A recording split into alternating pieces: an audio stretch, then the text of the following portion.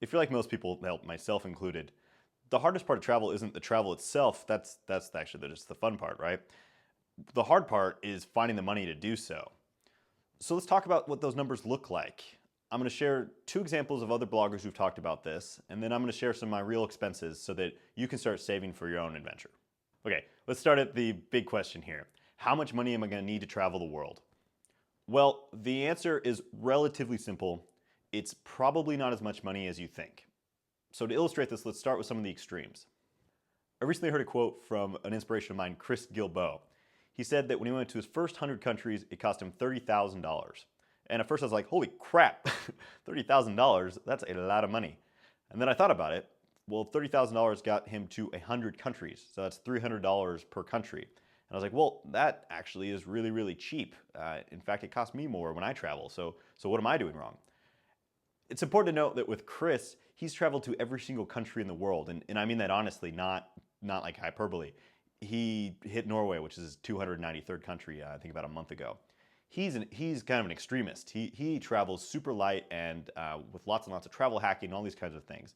So I use this as kind of a gauge for what I should be doing, roughly 300 per country, but that doesn't take into account cost of living and food and all these kind of other things. So I use that as a rough gauge, but then use other examples in my own personal experiences to get something a little bit more realistic.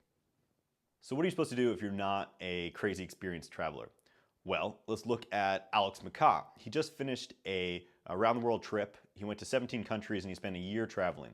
If you're curious, he supported himself by writing a book for O'Reilly about programming. He said they spent $22,000 to do this. Now, $22,000 is a lot, but not when you spend it over the year to cover everything. This covered his airfare, this covered his food, this covered everything, like I said, right? Now this seems something like a little bit more reasonable and easier to attain.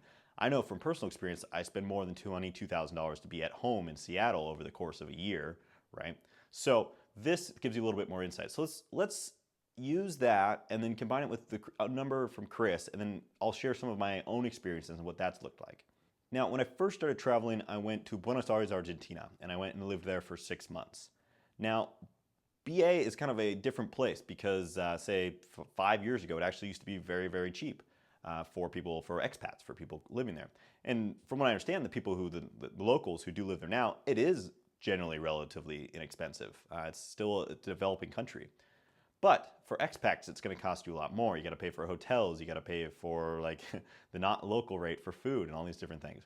So when I was there for 6 months, it cost me $15,000. Now, that also included a bunch of different bucket list items: Easter Island, Carnival in Rio, the Panama Canal, a bunch of different ones. So the money that I actually spent there was close to about 10K for the 6 months. But keep in mind that 15K number.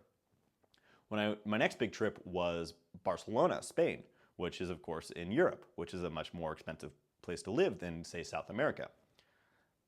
That cost me also $15,000, but I only got 3 months out of it. Now, I did a bunch of other trips as well. Boy, I think I did about 6 or 7 different countries and major events up there. But I was only able to spend half the amount of time, one, due to money constraints, and two, because of visas. They only let Americans be there for about 3 months at any given time. Now, I'm intentionally going to keep these numbers bigger than they probably should be. The reason I'm doing this is because as a traveler, one, you got to pay higher expenses for things, and two, there's just a lot of unknowns. I've found that you run into lots of things, visas, just like crazy tickets and all these other things that normal locals don't have to pay. So I'm keeping these numbers bigger than they probably need to be. Now let's start with Europe. Europe is by far the easiest continent to travel in, but it's also the most expensive. Now it varies a lot depending on the West and the East. Eastern countries, but generally speaking, I try to prepare $4,500 US for a month in Europe. And of course, this will go down the longer that you're there, but this is kind of my range, $4,500 US. That's a little bit pricey. So let's talk about South America. Clearly, it's cheaper to live in South America.